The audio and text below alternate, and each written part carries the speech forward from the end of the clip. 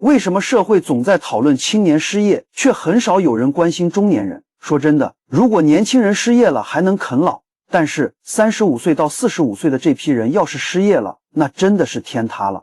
他们是压力最大的一群人，上有老，下有小，背着沉重的房贷车贷，孩子的教育费，一旦失业，整个家庭都会跟着陷入危机。为什么会这样？原因主要有2点。从前年开始，外资大规模撤离，外商的直接投资竟然出现了25年来的首次负值，跑掉的资金比进来的还多。高昂的政治风险、模糊的法律边界以及高涨的反西方情绪，让外企觉得太没安全感，只能选择离开。这直接冲击了1、2线城市的白领工作，产业链也开始逐渐转移。像苹果、富士康这样的巨头都在加速把工厂搬到印度、越南，这可不是小事。就拿苹果的供应链来说，它在中国创造了超过500万个就业岗位。一旦这些订单和工厂转移走，对无数个家庭来说都是灾难性的。不仅是外企，像国内的芯片行业、软件行业，甚至是传统的纺织行业，都在经历系统性崩塌和大规模裁员。失业了还能去哪？现实是找工作太难，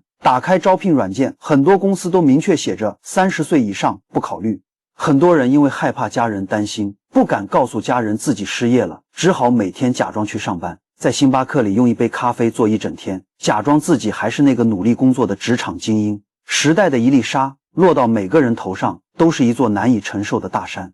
当初敢于背负30年房贷购买本就负担不起的大房子，就是因为相信经济会一直好下去，工资会年年涨，以为都是自身的能力获得的成功，其实都是时代给的红利。中年人的翻身机会到底在哪里呢？这是每个人都必须思考的难题。